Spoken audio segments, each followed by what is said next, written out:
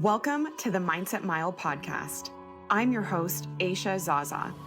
For the next 30 days, we're going to learn to build better habits in health, fitness, relationships, business, and overall well-being by making small mindset shifts that make a big difference.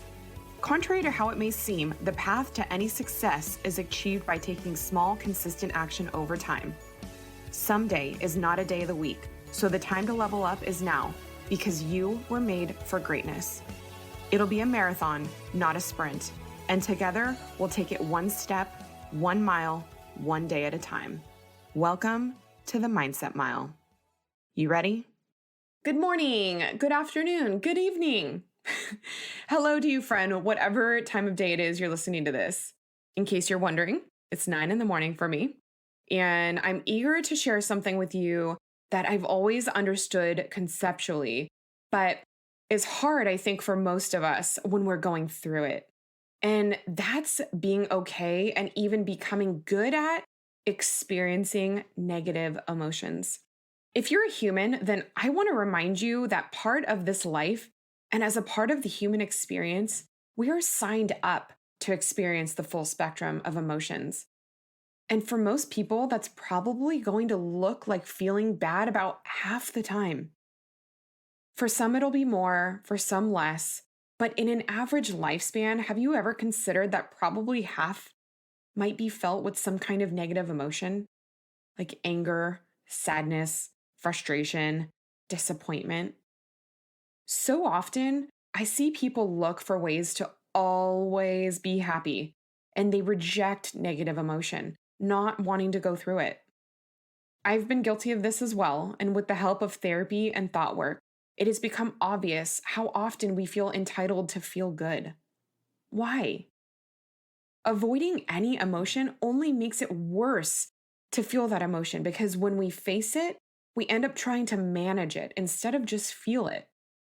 Why don't we allow space to feel negative emotions the same way we feel positive emotions?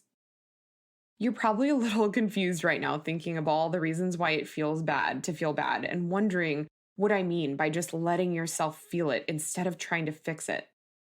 The problem isn't feeling bad. The problem becomes when we indulge in bad feelings and use them to justify our actions.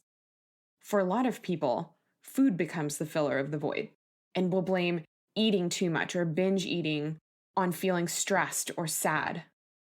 Indulging in negative emotions can also look like quitting on something, abusing substance, or spending money to make us feel better. It's like we're living life expecting that only happiness is to feel and that negative feelings are to fix. It's a full spectrum for a reason, and the more we try to avoid half of it, the more we create our own suffering when those feelings arise. Sometimes professional help, counseling, or therapy is needed when we feel too bad for too long, and in fact, I highly suggest seeking help if you suffer from depression. I don't have the answer for you as to how long is too long or how bad is too bad, but trust your gut on needing professional help and seek it out. So, how do we just let ourselves feel negative emotions without letting it spill over into all kinds of other areas in our life? For one, stop always trying to find the awful reasons why you feel bad. Here's your permission to just feel bad sometimes without needing to justify why. Want to know what happens when you look for reasons why you feel bad? You'll find them everywhere. We've all done it. You wake up just not feeling 100% or in a bad mood, and the second you engage with anyone or anything, it's like a domino effect of negativity. You turn on the news and you find reasons to be upset about the world. Maybe you say something snarky to your significant other, and then all of a sudden you're finding all the things you need to fix about your relationship. You get dressed and you feel like nothing looks good, so you start finding all the reasons to feel bad about how you look or how you want to lose weight. You start work flustered and then find all the reasons why you're unhappy there. The drama compounds. Instead of just acknowledging that you don't feel 100% yourself that day and taking a moment to feel the negative feeling, we seek out all the ways in which we think we need to fix ourselves and our lives, and in doing so, we spread the negativity everywhere. Often we attribute circumstances to feelings, which makes feeling bad feel even worse when on the outside, life is going pretty well, right? Like you've got your health, your family, a job, a home, hobbies. What could there be to feel bad about? I was having this conversation with a friend not too long ago about this, and she was feeling like she was just in a slump, not feeling super stoked and couldn't understand why, considering everything was going pretty well.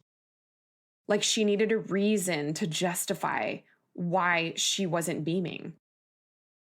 Don't confuse feeling nothing for feeling like something is wrong.